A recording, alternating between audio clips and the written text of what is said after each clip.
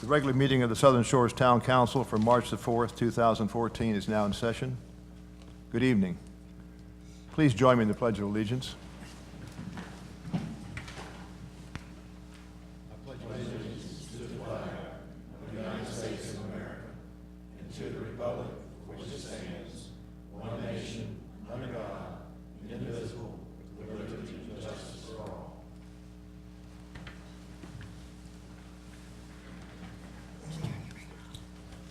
Thank you.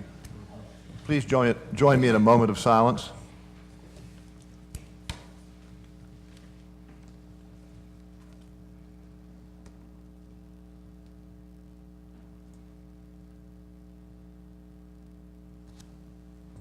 Thank you.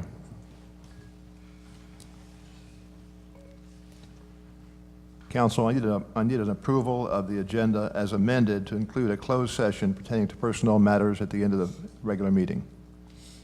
So moved. Second. All in favor? Aye. Aye, thank you. I also need a motion now to approve the meeting of the minutes of February the 4th, 2014.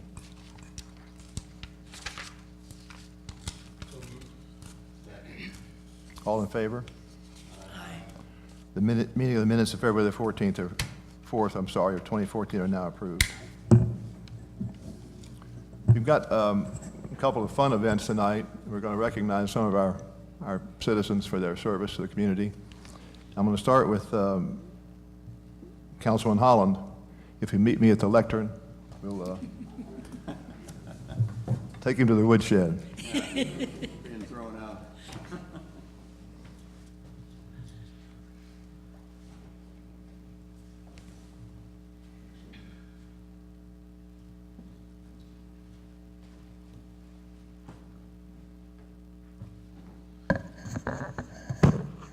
This certificate of appreciation is to Leo Holland from the town of Southern Shores.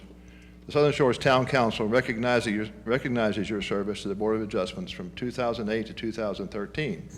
The Town Council and the citizens of the town express their gratitude for your dedicated service. The town will always be considered unique as long as volunteers desire to serve their town unselfishly to make it a better place to live. We wish you the very best for the future, and thank you. Leo, congratulations. Thank you.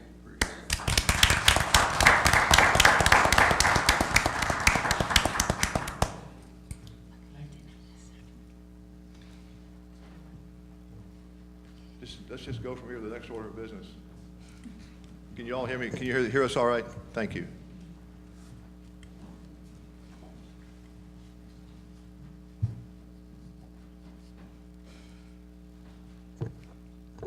Thank you, Mayor. Tonight, it's my honor and my privilege to introduce to you three officers with the Southern Shores Police Department that have received their Advanced Law Enforcement Certificates, which is one of the highest honors that a law enforcement officer can receive in the state of North Carolina. Just to give you a little bit of criteria that they need to meet before they receive such an honor, the North Carolina Criminal Justice Standards Commission issues an advanced law enforcement certificate to officers who have met strict requirements, which are a combination of both education, training, and law enforcement experience. Corporal Brickhouse, Senior Officer Cook, and Senior Officer Tracy Mann have each met the requirements for such an award. They also have to attain a baccalaureate degree issued by an academic institution recognized by the United States Department of Education and for the Council for Higher Education. They have to accumulate 24 points, which are training points. Each point is 20 hours, so that's a total of 480 hours that they have to attain. And they have to have at least 6 years of full-time sworn law enforcement experience. Just a little bit of a bio on each of the officers. Corporal Daryl Brickhouse has a bachelor's degree in history. I've been told he's got 10 years and 9 years. So he has 9.5 years. And all of that is with the town of Southern Shores. Senior officer and also investigator Matthew Cook a bachelor's degree in criminology and social control. He has, I'm told, 8 years in law enforcement, 2 years with Nags Head and 6 years with the town of Southern Shores. And Senior Officer Tracy Mann, she has a bachelor's degree in sociology or psychology, or both. Also has a bachelor's degree in management studies. She served in the United States Navy for 4 years. She has 14 years of law enforcement service, 7 of those with the Dare County Sheriff's Office, 3 years with the town of Duck, and 4 years with the town of Southern Shores. I'd like to have all 3 of you come up here.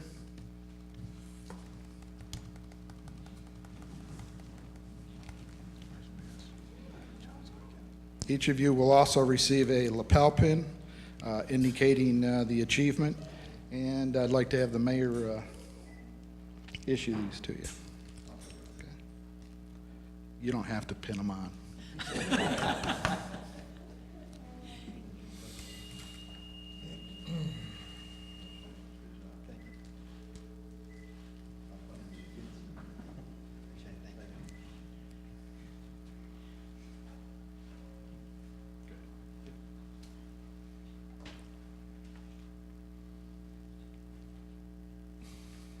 Daryl Brickhouse. What you do is just go stand right up there. We'll get a picture of you. Matthews.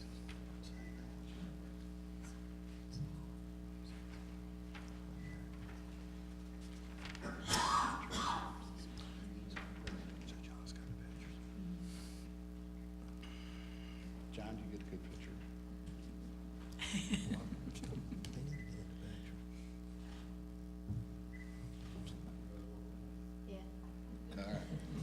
All right.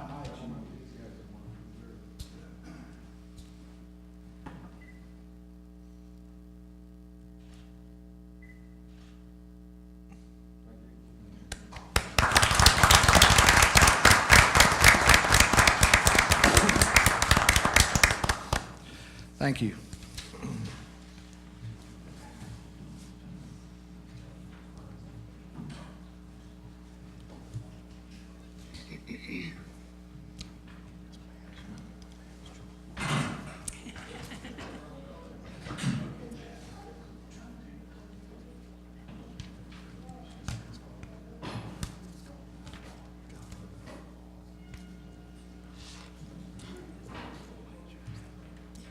Next on the agenda, I think, is staff reports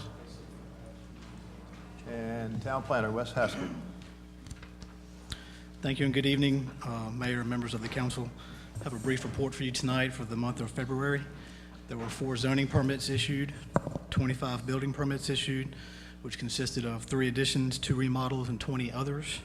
There were 93 building inspections conducted. 10 single-family dwellings are currently under construction in town.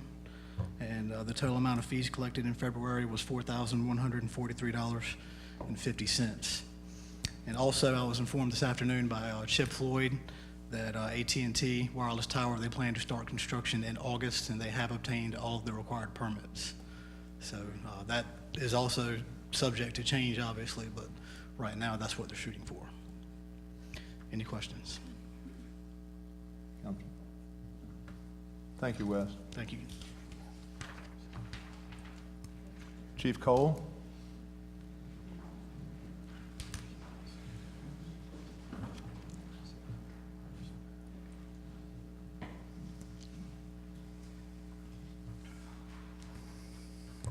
Thank you. The police report for February 2014. Total calls for service, we had 1,051 calls for service. Some of the breakdowns of those, some of the highlighted were 239 business checks where the officers physically checked the businesses. We had 302 residence checks. We responded to 6 mutual aid calls, 43 direct traffic, most of those were at the school. Suspicious conditions, we had 12 of those. Officers responded to 12 alarms, conducted 87 traffic stops, and another 165 extra patrols. As far as crimes or incidents that were reported or investigated, we had 23. We had 4 arrests for the month of February. Out of the 87 traffic stops, officers issued 24 written citations and another 56 warning citations. And they also issued 3 town ordinance, parking and no parking, and 1 failure to display. And I'm happy to report we had 0 motor vehicle accidents for the month. Any questions? Yes, sir. The extra patrols, what did that incur? A lot of times, if someone has seen something suspicious, someone in the neighborhood or something like that, they'll call and they'll ask us for extra patrols, and we'll provide extra patrols above and beyond. Okay. Thank you. Thank you, Chief. Chief Harvey.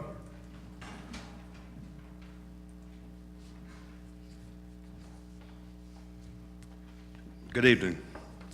I would first like to thank you for whatever you did to have me released from timeout. I understand I'm on parole and I've got to behave for a while. The fire department had 24 total calls for the month of February. Of these 18 were rescue first responder calls. We had 1 actual fire in Southern Shores during the month, 1 service call, 1 good intent call, and 3 false alarms. Any questions? How much damage in the fire? What's the kitchen worth these days? A lot of smoke damage, and kitchen was trash. But they did not lose the house. Chief, on a personal note, you are released from timeout. I appreciate that. But over and above that, I want to thank you and your people for the service of providing aid to my wife to get up the steps when she came back from her knee operation. In spite of me being in timeout, we still In came spite of to that, help. you guys still showed up. I'll have to make a note of that. And I appreciated it, and she appreciated it. I'm glad to help. Thank you. Thank you.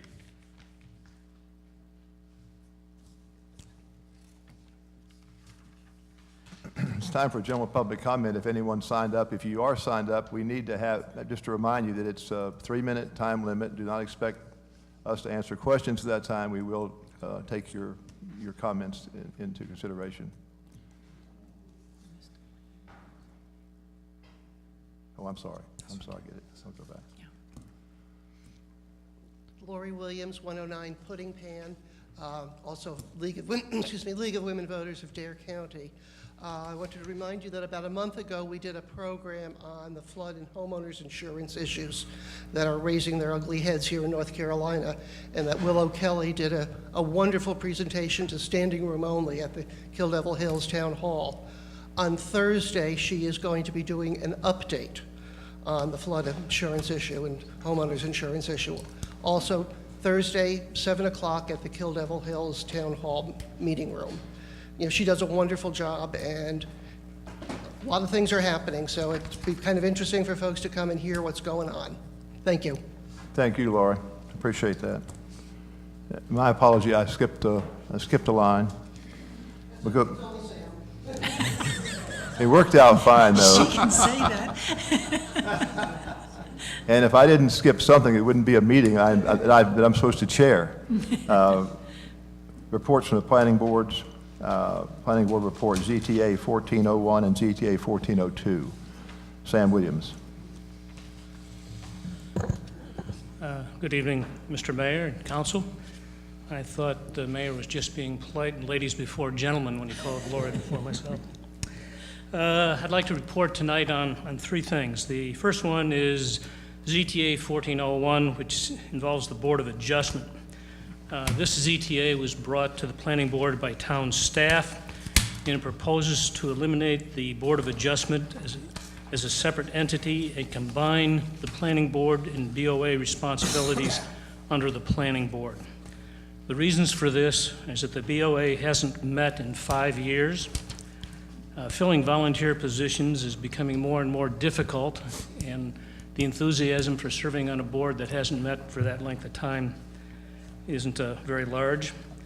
Also, in the staff report on this, the town planner indicated that combining the planning board and Board of Adjustment duties is not an unusual thing for towns our size.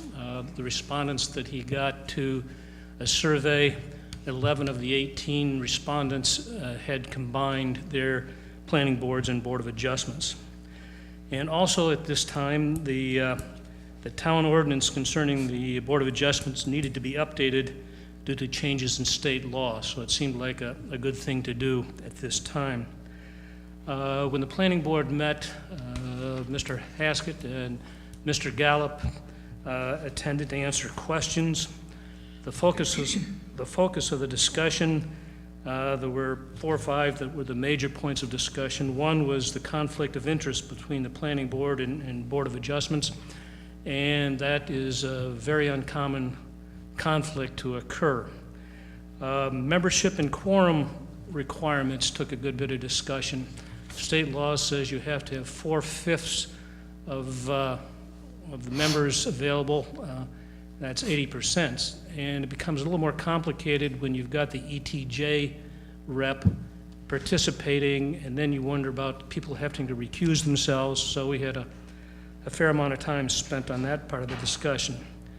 Also, the procedures for the Board of Adjustment, the rules of procedures, I'm not even sure that they have any currently, but there's a lot of requirements that have to take place. So in the revised, the ZTA, there is a big part of it, if you've had a chance to look at it before this meeting, that requires the duties require that you have to do this and this and this and this, and it's a quite extensive list of things you have to do. And we were talking about possibly just breaking those out into rules or procedures, but after further discussion, we decided to leave them in because any decision by Board of Adjustments can be appealed to the courts, and they base a lot of that decision on the record, the paper trail, if you will. And this is the first time that I've ever seen those requirements laid out in pretty good detail. In fact, if council decides not to combine the planning board and the Board of Adjustments, I'd still recommend that those proposed actions be made part of the rules and procedures for the Board of Adjustment. The other thing that we talked about was legal representation for the BOA. The town attorney represents the town, but not the Board of Adjustments. And with the possibility of somebody like the chair of the planning board, i.e. me, screwing something up, we would need to have representation by attorneys. And I'm afraid that if that is not possible, that you wouldn't have very many people serve on the planning board. After all the discussion, there was just a minor change made. We decided to go with a non-legal term. And in summary, we found that the ZTA 1401 was consistent with the land use plan, and that we recommend approval of the ZTA 1401 as amended by the planning board. The second item I want to discuss is the ZTA 1402, which deals with the wireless ordinance. This was also brought to the planning board by town staff. And if you remember when the planning board brought the wireless application to council, we mentioned that the state had made some changes to the wireless law. And in the review of that, there was a lot of back and forth that we had to go through to make sure that we were being consistent with state law. And this is just the follow-up to that, where this is making the town ordinance consistent with the state. And again, Wes and Ben were available to answer questions. And there were some extensive changes to the town ordinance, but the planning board discussion was minimal. And in the review process, the planning board took a lot of time checking things out, going back and forth, and we felt that Ben did a good job in putting this draft together. And this is also consistent with the land use plan, and the planning board recommends approval of ZTA 1402 as amended by the planning board. The amendments we made were mostly in the area of making sure all the sections were numbered correctly and so on. It was a pretty big job. The third thing that I wanted to report on tonight was that the planning board has changed its meeting time from 7 to 5:30. The council did that when you first met this year. We're going to try it and see if it makes any difference. It helps staff, and it also may, we hope so, get a little more attendance from the public. But even though we changed the time, we did not change the meeting day. It is still the third Monday of the month. And that's my report. Are there any questions? Thank you, Sam. Council? Any questions? No. Thank you. Thank you. As I understand it, we have to direct the town clerk to schedule a future public hearing on these matters. Any recommendations, Peter, from you or from staff? Staff would recommend that it go for public hearing at the April 1st meeting, Mr. Mayor, if that's agreeable with the council. I hear a motion to that effect? April the 1st? April 1st. Thank you. Second? Thank you. All in favor? Aye. Motion is carried, made and carried.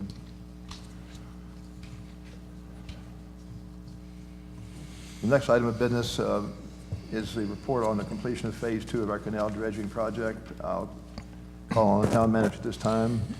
Thank you, Mr. Mayor and members of the council. We are at basically the last second of this project, and because of that, I invited the project manager, consultant engineer, Mr. Anloff, and also the Public Works Director, Ms. Patrick, to come and basically give an informal discussion presentation on kind of recapping what's going on with the project. The reason I say we're at the 11th hour, we're still waiting to have the bottom depths surveyed for the final phase, or the final segment, increment 4. And as soon as that occurs, the silt fencing can be lifted and boat traffic can resume. But because of that, we have not done that. I'm hesitant to say that it is totally complete. But that being said, I'd like to invite Ms. Patrick to come up and kind of recap, and then she, I believe, is going to defer to Mr. Anloff, and then I'll finish with a comment. Thank you, Peter. You know, the very first day that Salmon's Dredging, our contractor for the Phase 2 dredging project, mobilized to the site at Tall Pine was also my first day at work for the town. And on that first day, I was struck by the level of professionalism and proficiency of their crew. They worked efficiently, kept their sites clean, were professional and courteous, and routinely kept us informed of the project progress. And Salmon's Dredging should be commended for their performance on this project. As of February 23rd, dredging work was officially complete, and this week, as Peter mentioned, they're pulling the marker poles from the canals.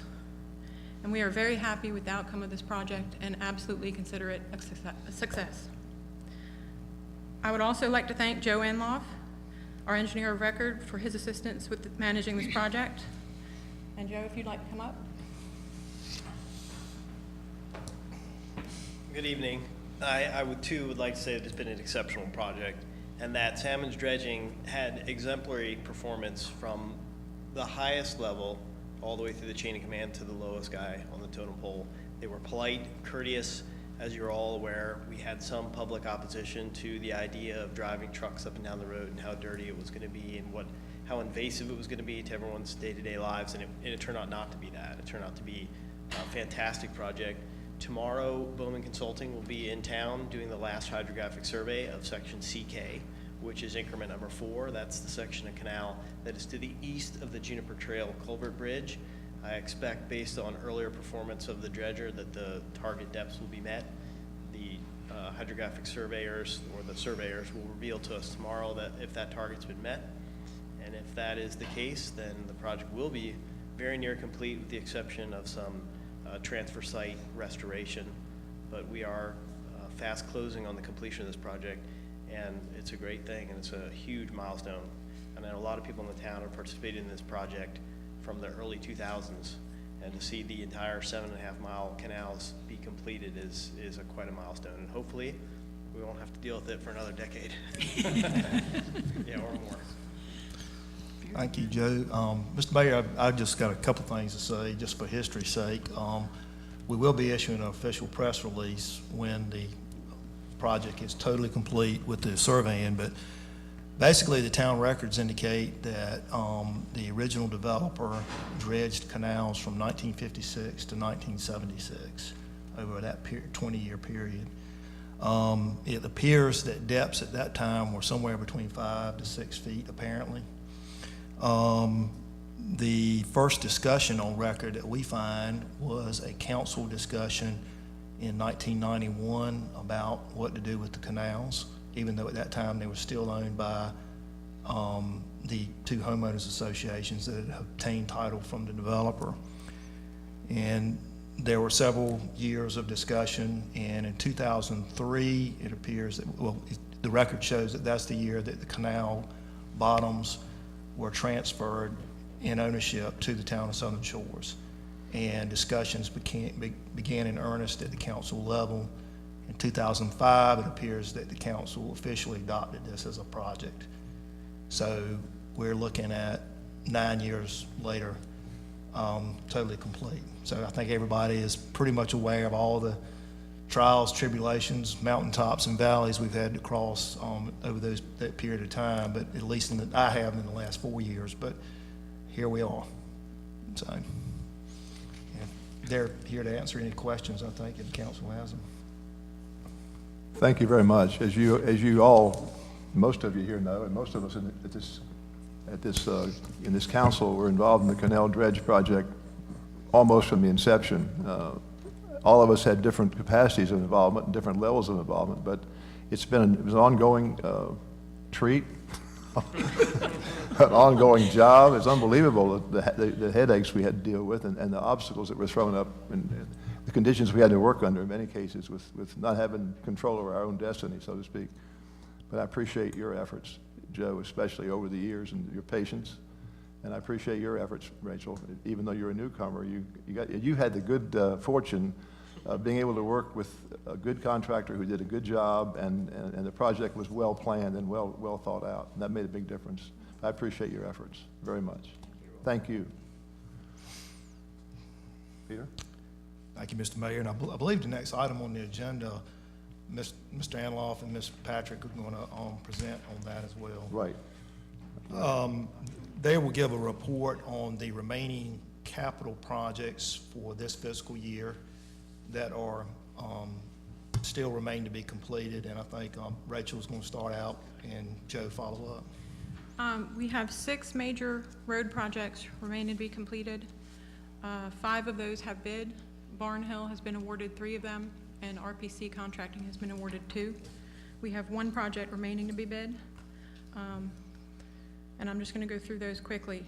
North Dune Loop, we have a drainage repair in an area that's been washing out, and we'll be rebuilding a section of that road. And we hope to begin that in mid-March or as soon as the weather permits. And we have been in talks with those residents in that area for quite some time, so they are aware of the project. At North Woodland Drive, at the very north end of the street, we're creating a cul-de-sac and rebuilding a portion of that road. Some drainage improvements were included in this project, and those residents have been notified by letter and in the town newsletter. We're also hoping to start that in mid-March, weather permitting. Sea Oats Lane and Hillcrest intersection, we'll be rebuilding that intersection and adding drainage improvements, and also hoping to start in mid-March. I think most of these we're hoping to start in that time period. And we have spoken to some of those residents and announced this project in the newsletter. At Duckwoods Drive, we have a road reconstruction from house number 55 to 80. That project is road work only, no drainage improvements, and those residents have been aware of this project for quite some time. That has been on their radar. Mistletoe Lane, we're planning on rebuilding the entire road and creating a cul-de-sac turnaround at the end of the street. Those homeowners have been notified with a letter, and Joe and I are actually holding a public information meeting on site tomorrow afternoon at 5 p.m. The one project that has yet to be bid is Ocean View Loop. We are rebuilding both cul-de-sacs on that road, and that includes drainage improvements. And those bids will be open on March 18th. Joe, do you want to add anything? I'll answer any questions you have. She summarized it very well. Any questions, Council? No. Thank you very much, both of you. Good job. Thank you.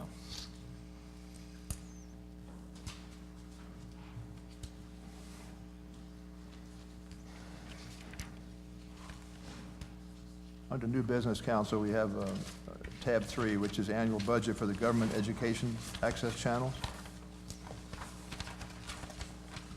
Committee, consideration for approval. Do I have a motion?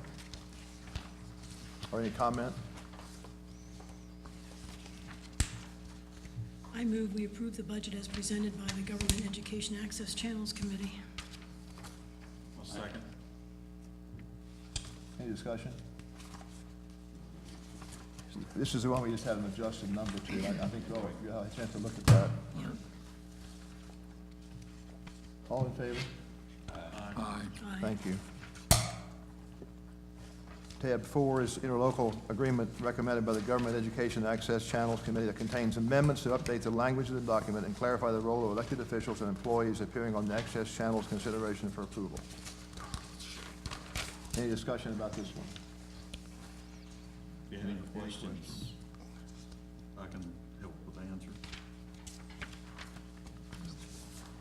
Basically, they're just dressing up and taking care of some business as far as rewording these things.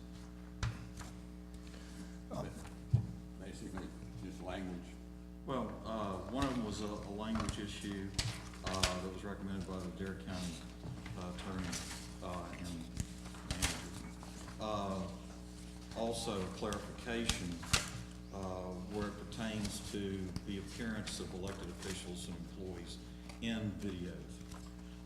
There's a stipulation, always has been in the agreement, that there be no political advertising or anything that would be deemed to be political.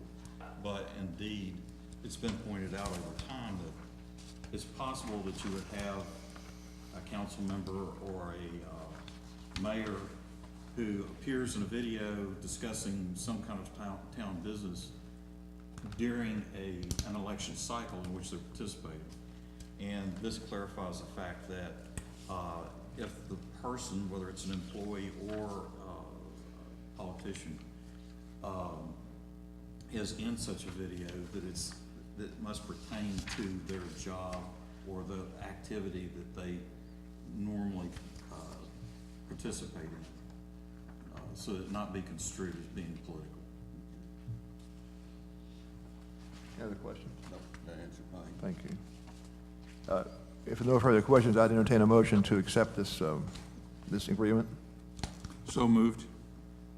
Second. Thank you. Any discussion? Any further discussion, I should say? All in favor? Aye. Motion's carried. Thank you. Town Manager? Thank you, Mr. Mayor and members of the council. Just a brief report for me tonight. I did want to acknowledge that, as I understand it, the council will not have a March workshop meeting. After all, due to the popularity of the Inlet and Waterways Conference that'll be at Jeanette's Pier on both that Monday and Tuesday. I believe several council members will be attending that, as well as myself. So we will not have the clerk has not publicized a March workshop meeting. With that, however, we will continue to consider the workshop meeting in April as the budget workshop meeting. So we'll have the April council meeting, April 1st council meeting, and then the April 15th workshop meeting will be our official budget retreat / workshop meeting. It will be videoed, and Eric has been notified that they will provide that service for us all day if necessary. And that'll be in anticipation of the manager's proposed budget being submitted to you or presented to you at the regular first meeting in May for us to consider at that point, for you to consider at that point. I will also comment to you that the Finance Committee has met, your Finance Committee has met, and staff, of course, has dialogued with the committee, and we will also be staffing a second meeting of the Finance Committee prior to your budget workshop in April, so that committee will consider matters that we are considering on paper, including the upcoming Dare County revenue projections for the town of Southern Shores, which we have not received yet. Also, we will be including in that meeting the Capital Improvement Project Committee's final tabulation. That committee has met, and we do have a prioritization of street projects as well as other capital projects in town, and at that point, we'll incorporate those as a capital budget to be able to be proposed to you at the April workshop. So we'll have it all together this year as both a general operating budget and a capital budget. I also wanted to just comment to you that in April, at the April regular council meeting, the finance officer and I will propose to you yet another change to the purchasing and bid policy that has been adopted by the council and that we do recommend changing from time to time based on what's going on in the world. We have had some discussions and challenges about the town's service contracts. And as you know, the town of Southern Shores relies heavily on outsourcing for services. We do feel like at this point in time, we're able to present or recommend a change to the policy to you that will make that is reasonable and feasible, and we're still working on the language, but it does apply to the continuation of service contracts if council and staff concur that it's in the best interest of the town. So I'll be getting that language to you in preparation for the April meeting. And finally, as mentioned, the next segment of Destination Dare, the Southern Shores topic, will be highlighting the town's new flagpole out in front of Town Hall, as well as the very nice garden that's been prepared in honor of our 5 armed services. If you'll notice, there are 5 primary bushes surrounding the flagpole now, and we think that's going to come up looking very nicely, and that'll be highlighted in the next Destination Dare segment for the town of Southern Shores. And I'll be glad to try to answer any questions that anybody may have. Counsel? No, I have none. Thank you, Peter. Mr. Attorney? Thank you, Mr. Mayor, but I don't have anything to report this evening. Thank you. I only have one comment. I would like you all to know that if you have questions about the direction we're going or think something we're trying to accomplish or not accomplish that you think needs to be accomplished, Peter's available. I'm available. These people on the podium with me are available to answer your questions or talk to you about anything you want to discuss. If it's something you have stuck in your craw or just something you want to say that's maybe more encouraging, we would love to talk with you about it. We don't have an office as such, but our phones are available. We all have a cell phone and a home phone. You're welcome to call us and hopefully resolves issues before they become a real problem. That's all I have. Jody? I don't have anything tonight. Actually, I've got a couple of things. Good. One is, Jody and I happened to be on the council in 2003 when we started dreaming about getting the canals finished. All right. Had no idea what we were putting in motion or how it would turn out. And I can't speak for Jody, but I can't express my delight and wonder in words on seeing the light at the end of the tunnel when it comes to this project. I'll be happy when it's done. I'll be looking forward to the maintenance that we need to do, and hopefully not in the next decade. But I just really pleased to see that come to culmination. Also, in regard to the last meeting we had when there were a lot of speakers, I've thought about it a lot, and it's obvious that not everybody is aware of the very venue, the many venues that we use to attempt to inform and communicate with our public. And, you know, just some of those things, and correct me if I'm missing something. We have the email newsletter, we have a Facebook page, we have advertisements that we've always done that we're required to do by law. We have the website, and we also have the videotapes of the meetings. And I'm not sure how you can make the horse go to the trough and drink the water. But it's kind of disappointing when you see people express things where it's obvious they really do not understand either the form of government or the function of government within the community. And if anybody can think of any avenue that we have not touched that could help get the word out, get people involved, get them engaged, I would love to know what it is, and I'd love to see it.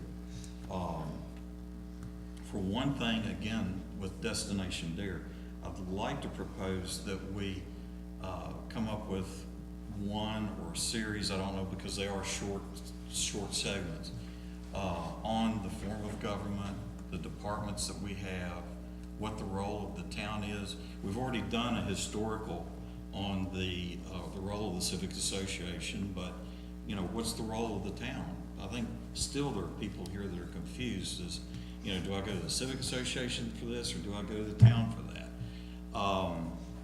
What's the role of the mayor, the council members, the administrative staff? That type of thing, which might be not only instructional for people that are already here, but for people that move here, because we have a very diverse population. They come from all over the country, and things are done differently in different areas of the country. Yes, we belong to commonly to a democratic society, but, you know, it is a republic, and it doesn't necessarily function as a true democracy. So, whereas in some areas you have a town meeting where the citizens vote on, you know, what bills to pay, in other areas you do not have that. You know, there may even be confusion. At one time, this was a council, basically a council-run government, and then converted to a council-manager form of government. What's the difference? It's that type of thing that I think might help, at least to alleviate some of the misunderstandings within the community. So, sorry, that was rather long. Thank you, David. No, it's all right. I have nothing, Mr. Mayor, thank you. Well, I was part of that original canal transfer of the bottoms from the SSCA to the town, which if we'd have kept them in the SSCA, it would not have been accomplished, as it appears we're close to it. And I followed a long ways where we've had it started and we've had stops, and I'm just glad to see it finally come to fruition. And I think the voters and the people in the town will appreciate it. That's all I got. Thank you. Could I add one thing to that? You can, Since sir. Dave included my name in that? The one thing I've worked on the canal since forever. Well, yeah, You know, when they first started the very first committee. You started it way back. We tried one time before, you remember, in Absolutely. 2002, I think, to transfer. Oh, yeah, with just started to transfer then, exactly. But the one thing I wanted to add that really surprised me the most was when I was talking to groups of people talking about the dredging contractor. The women were telling me how proud they were that they were making cookies for the guys who were working in the canal. And I'm thinking, what a difference, what a world it was. So thank you guys for all the work that you've done. I appreciate it. This was the largest capital improvement project ever undertaken by our town, and I think We struggled with it, no question, and we didn't always have the right answer to the questions, but the end result has been more than worth it, and we've achieved a tremendous milestone here in having this project finished.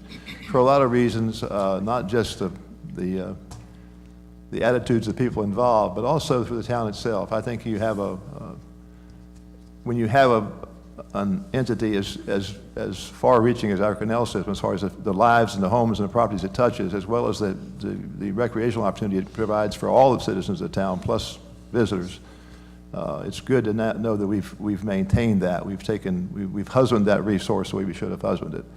And I appreciate the efforts on the people that work with the project, like Joe Anloff and others, and also the contractor who did the most recent portion of the project.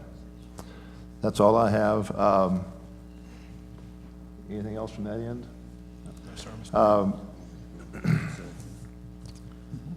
We're going to be going into closed session in a few minutes, and what I'll do is we'll ask you to leave the room so we can proceed with that.